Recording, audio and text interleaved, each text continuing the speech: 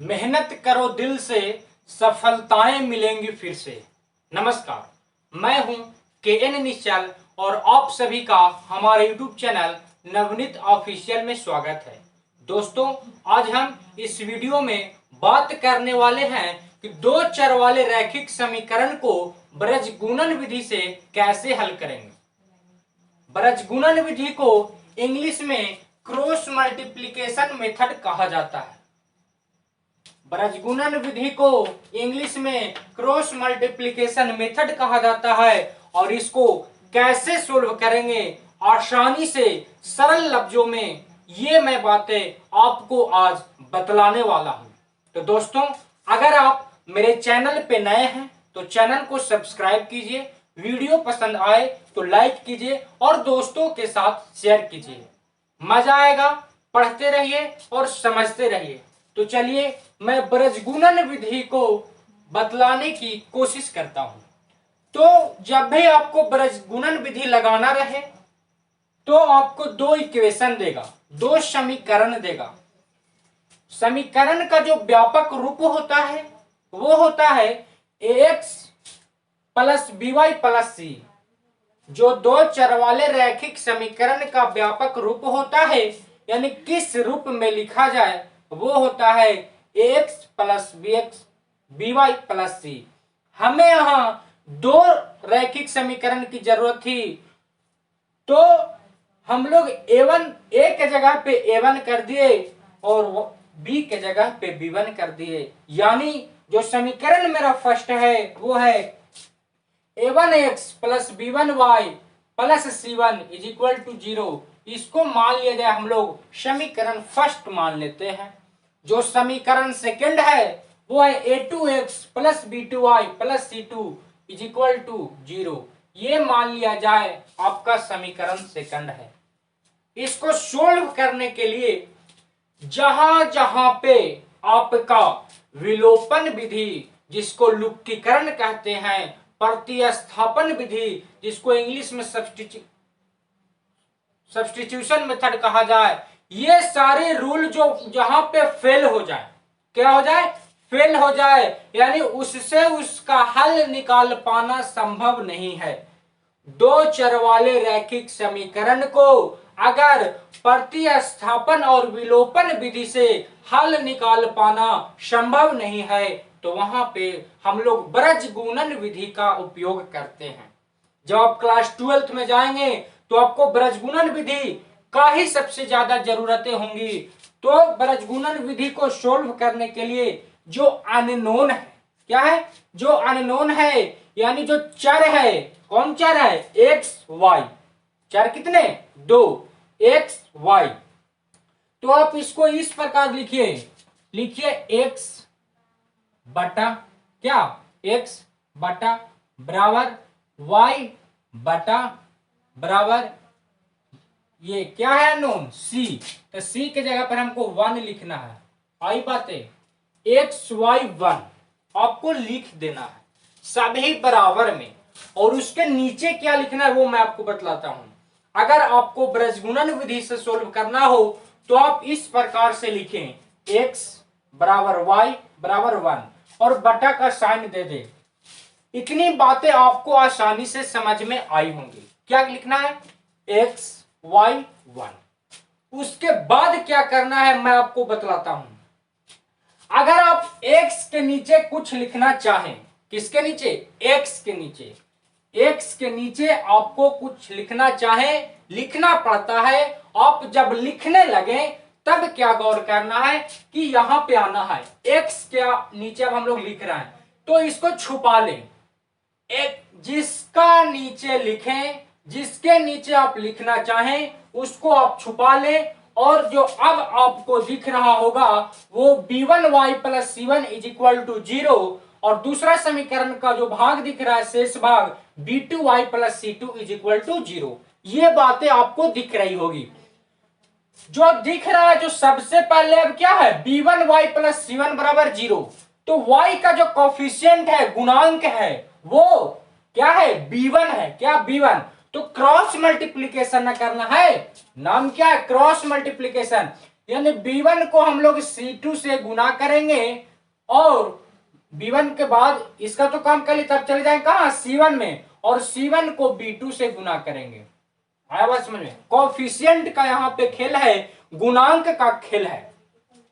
हम लोग x के नीचे कुछ लिखना चाह रहे हैं तो x को छुपा लिए। अब जो बचा b1y plus C1 is equal to 0 और b2y plus C2 is equal to 0। अब जो है तो y का गुणांक है b1 और यहां जो अचर पद है y का गुणांक b1 और जो अचर पद रहेगा 6 7 8 9 कोई भी हो उसके साथ गुना करेंगे तो गुणनफल का जाएगा b1c2। तो यहां लिखना है b1c2, क्या लिखना है b1c2 और फिर माइनस का चिन्ह देना है। इसका चिन्ह b1c2 यानी y का कोफिशिएंट और अचर पद गुना करके लिख देना है और माइनस का चिन्ह देना है। उसके बाद एक स्टेप आगे बढ़ जाना है। जब एक स्टेप आगे बढ़ेंगे तो C1 मिलेगा और C1 को फिर नीचे वाला y के साथ गुना करना है, यानी C1b2 हो जाएगा। क्या हो जाएगा C1b2। अब x का खेल खत्म। अब हमको सोचना है किसको, y को। x की बातें समझ में आई? जैसे x का हम गुना किए वैसे ही हमको गुना y से करना है। तो y से कैसे करेंगे? अब जब हम लोग y के लिए क्रॉस मल्टीप्लीकेशन कर रहे हैं, y के लिए ब्रज गुणन कर रहे हैं, तब हम लोग y को छुपा लेंगे। क्या करेंगे? y को छुपा लेंगे। तब y को आप छुपा लीजिए, छुप गया। अब आपको दिख रहा होगा a1x plus C1 is equal to 0, नीचे दिख रहा होगा a2x plus C2 is equal to 0। अब क्या करना है सो देखिए, हमको गुना करना है जो यहाँ फर्स्ट का अचर पद है, यानी जो केवल 5 6 7 जो भी होंगे 2 4 6 कुछ भी होंगे तो यहाँ पे वो वाला गुना करना है और नीचे का x का कोफिशिएंट यानी x का गुणांक से गुना करना है। यानी C1 गुना होगा A2 से, क्या C1 गुना होगा A2 से और C2 गुना होगा A1 से, और फिर जैसे लिखे थे वैसे लिख देंगे। तो C1A2, तो हम लोग यहाँ क्या लिखेंगे C1A2, फिर हम लोग माइनस का चिन्ह दिए थे, माइनस यहां भी लगा देंगे और C2 को A1 से गुना करेंगे और लिख देंगे C2A1। अब मुझे विश्वास है कि x और y का आपको समझ में आया होगा।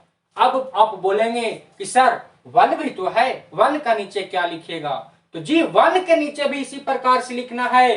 तो 1 यानी C1 C2 के लिए हम क्या लिए हैं 1, तो अब C1 C2 यानी अचर पद को छुपाना होगा। जो 6 5 4 3 2 1 कुछ भी होगा उसको छुपाना होगा। और कैसे क्रॉस मल्टीप्लिकेशन करेंगे वो मैं अब आपको बताता हूं, और आसानी से बिना फॉर्मूले की सहायता से आपको ब्रज गुणन आसानी से समझ में आएंगे। आप केवल देखते जाएं। तो अब हमको C1 C2 को आप ढक लें और क्या गुना करना है? तो C1 C2 को आप जब ढकिएगा तो आपको दिखेगा A1x plus B1y is equal to 0 और A2x plus B2y is equal to 0। अब जब आप इसको ढक लिए तो यहां से गुना करेगा A1 B2, यहां के बाद इसको किए तो आगे इससे इससे गुना किए, इससे इससे, फिर इसको ढके, फिर इसको जब ढके तो क्या इससे इससे गुना किए, इससे इससे गुना किए। अब ढकना है इसको, तब किससे गुना करेंगे? तो A1 B2 यानी x का गुणांक y के गुणांक से गुना करेगा, यानी इस प्रकार गुना करेगा और B1 गुना करेगा A2 से, यानी A1 B2। तो यहां क्या लिखेंगे A1 B2 माइनस सब में दे रहे थे तो माइनस यहां पे भी देंगे और B1 A2 फिर लिखेंगे, क्या लिखेंगे B1 A2। आया बात समझ में? अब आपको 3 बातें दिख रही होगी, x by something, y by something और 1 बाई समथिंग आपको अब दिखने लगा होगा। इसको समीकरण फर्स्ट माने थे, इसको सेकंड माने थे, इसको मान लीजिए समीकरण थर्ड। क्या मानना है? समीकरण थर्ड। इसको मान लीजिए समीकरण 4 और इसको मान लीजिए समीकरण 5।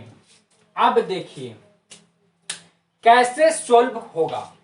अब मैं आपको इससे आगे नहीं बताऊंगा, क्या इस समीकरण को इससे आगे नहीं बताऊंगा क्योंकि वीडियो बड़ा हो जाएगा। मैं इस तरह से एक क्वेश्चन को सोल्व करके आपको आसानी से समझाता हूं। किससे? एक क्वेश्चन को सोल्व करता हूं कि इसको कैसे बतला, जैसे बतलाया वैसे गौर करना है। आप भूल भी जाए तो कोई दिक्कत नहीं है। अब आपको इसी तरह से एक क्वेश्चन लिखता हूं और क्वेश्चन से आपको समझाने की कोशिश करता हूं। किससे? क्वेश्चन से। आपको एबीसीडी, इसमें एबीसी जो है अननोन है, समझने में दिक्कत होगी। अब मैं आपको क्वेश्चन से बतलाता हूं। जैसे एक समीकरण दे दिया जाए, क्या 2x plus y is equal to 35। यह समीकरण मान लीजिए फर्स्ट रहे, 2x plus y is equal to 35। एक समीकरण रहे 3x plus 4y is equal to 65। 3x plus 4y is equal to 65। ये रहे समीकरण सेकंड।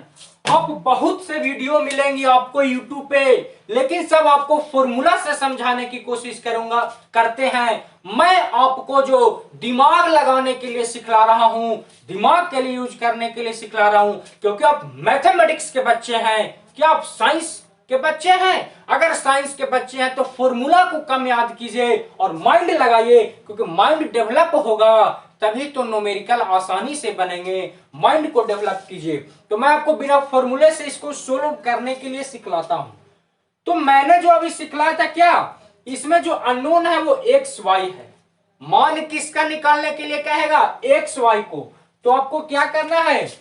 जिसका मान निकालने के लिए कहे उसका बटा करना है। जिसका मान निकालने के लिए, एक्स का मान निकालने के लिए कहेगा तो एक्स बटा कुछ हम लोग कर देंगे बराबर, वाई का निकालने के लिए करा तो वाई का भी बटा कर देंगे, और अपने से एक और काम करेंगे कि एक बटा कुछ कर देंगे। इतना में दिक्कत? एक्स का मान निकालने के लिए कहा, एक्स बटा कर दिए, वाई का मान निकालने के लिए वाई का बटा कर दिए, और अपने से 1 बटा कर देना है। अब क्या करना है? देखिए यहां कहता है b1c2 माइनस c1b2। ये जो था से अननोन है, वो भी b1c2 क्या अननोन है, तो आपको समझ में नहीं आ रहा था। अब मैं आपको बताता हूं, आसानी से दम लगेगा कि हाँ आप तो बना लेंगे। देखिए हम कहते a1 के नीचे लिखना है, जिसको लिखना रहे उसको आप ढक ले, ढक लिए। अब क्या करना है? सो देखिए अब करना क्या है कि अब गुना कीजिए। कैसे गुना करना है? तो इसको आप पहले बराबर के ये साइड ले लाएं, आसानी होगी। ना भी लाएं तो अब बनेगा, लेकिन आप ले लाएं तो उधर प्लस में तो इधर आके क्या में हो जाएगा? माइनस में, बराबर 0। उधर प्लस में तो इधर आके माइनस में, बराबर बराबर 0। अब देखिए हमको x के नीचे लिखना है तो x को ढक लेंगे। क्या करेंगे? ढक लेंगे। x को ढक लिए। अब जो y का कोफिशिएंट है तो y का गुना कितना? 1, और 1 65 में गुना करेगा। 1 किस में गुना करेगा? 65 में। 1 किस में गुना करेगा? 65 में। तो 65 जो है वो माइनस में है, तो 1 गुने -65 लिख देंगे। 1 गुने -65 लिख देंगे। हम लोग माइनस देते थे, माइनस दे देंगे। अब 1 को, इसको तो ढके हुए, तो 1 को 65 सब, किसको? -35 को 4 से गुना करना है। किसको? -35 को 4 से। तो हम लोग लिख सकते हैं 4 इंटू -35, 4 इंटू -35। अब x का काम हो गया, x का काम हो गया। y के नीचे लिखना है तो y को ढक लेंगे, और जो यहाँ बचा -35 वो गुना हो जाएगा नीचे वाला x के गुणांक से, तो हो जाएगा -35 गुने 3। और फॉर्मूला में माइनस देते थे, दिमाग से माइनस देते थे, माइनस दे दीजिए। अब जो गुना होगा वो क्या होगा? इससे ही हो गया, अब इससे ही होगा, यानी -2 से किस में गुना होगा? ये 2 से यहां, तो -65 में, 2 से -65 में। अब x बटा लिख लिए, y बटा लिख लिए। क्या है? अननोन वाला लिखना है, तो अननोन वाला को छुपा ले। अब गुना जो होगा वो यहां से 2 से 4 में, 2 4 जा, 2 इंटू 4, और माइनस देते थे, माइनस दे दीजिए, और इसका गुणांक इससे तो 1 गुने 3। 1 गुने 3। अब मुझे विश्वास है कि आपको समझ में आई होंगी। देखिए यही तो था, यहाँ पे था B1 और यहाँ पे था C2, यहाँ पे था B1 यहाँ पे था C2, तो B1 C2 यानी B1 C2 किया ना, तो यहाँ पे तो वही किया 1 गुने -65, तो 1 गुने -65। और अब बात समझ में आने लगा आएगा। अब देखिए माइनस का चिन्ह दिए यहाँ पे भी माइनस दिए। अब माइनस के चिन्ह, अब इसको ना 65 इसको ढके यहां से यहां गुना करा, यहां से 35 से 4, तो 4 को 35 से मल्टीप्लाई किए माइनस, यानी जैसे ये लिखा हुआ उसी प्रकार उधर हम तैयार कर लिए। क्या कर लिए? तैयार कर लिए। अब इसको मिटाते हैं, अब मिटाते हैं, क्या इसी प्रकार वहां पे कर लिए। अब देखिए ये था समीकरण फर्स्ट सेकंड, इसको मान लीजिए आप थर्ड। क्या मान लीजिए? इसको आप समीकरण थर्ड मान लीजिए, इसको आप समीकरण 4 मान लीजिए, इसको आप समीकरण 5 मान लीजिए। अब आपको क्या करना है, बारी बारी से एक बार x इज इक्वल टू इतना, एक बार y इज इक्वल टू इतना, और आसानी से क्रॉस मल्टीप्लीकेशन करके आंसर निकाल लेंगे। कैसे? देखिए, तो हम लिखेंगे समीकरण क्या, समीकरण थर्ड बराबर समीकरण 5, समीकरण थर्ड बराबर समीकरण 5। अरे इज इक्वल टू है ना, इतना बराबर इतना, इतना बराबर इतना, तो हम लोग इतना बराबर इतना तो लिख ही सकते हैं ना, इतना बराबर इतना लिख ही सकते हैं। यानी समीकरण थर्ड बराबर समीकरण 5 कर लीजिए। यानी समीकरण थर्ड क्या है, वो है कि 1 गुने -65 माइनस 4 गुने -35, यही तो है। उतार दीजिए, बराबर है तो बराबर। अब 1 बटा क्या, 1 बटा जो है 2 इंटू 4 है, 2 गुने 4 माइनस 1 गुने 3, ये था कर दिए। अब इसको सोल्व कीजिए, तो x बटा है तो x बटा कर दिए, -65 से 1 में गुना करेंगे तो गुणनफल माइनस में 65 आएगा, और यहाँ भी माइनस यहाँ भी माइनस, तो प्लस हो जाएगा। और 35 चौका 35 दूनी 70 दूना 140, यानी 35 चौका 140 आएगा। बराबर है तो बराबर, और 1/4 दूना 8 माइनस 3। अब देखिए x बटा 140 में से 65 जाएगा, तो 65 130 होता है, और 10 और जोड़ देंगे यानी 75 बच जाएगा। और बराबर के बराबर 1/8 में से 3 जाएगा 5, कितना बचेगा 5। अब 5 से 75 15 बार में कटेगा, यानी x बटा 15 इज इक्वल टू लिख सकते हैं हम लोग 1। अब 15 1 में गुना करेगा तो x इज इक्वल टू 15, यानी क्या आएगा, हमारा आंसर आ गया x इज इक्वल टू 15। एकदम आसान भाषाएं में मैं आपको समझाने की कोशिश कर रहा हूं। x का मान आ गया। इसी प्रकार से जैसे समीकरण थर्ड इज इक्वल टू 5 किए, अब इधर मैं करने वाला हूं कि समीकरण 4 इज इक्वल टू 5, समीकरण 4 इज इक्वल टू 5। जैसे देखिए हम करने वाले हैं समीकरण क्या, समीकरण 4 इज इक्वल टू समीकरण 5।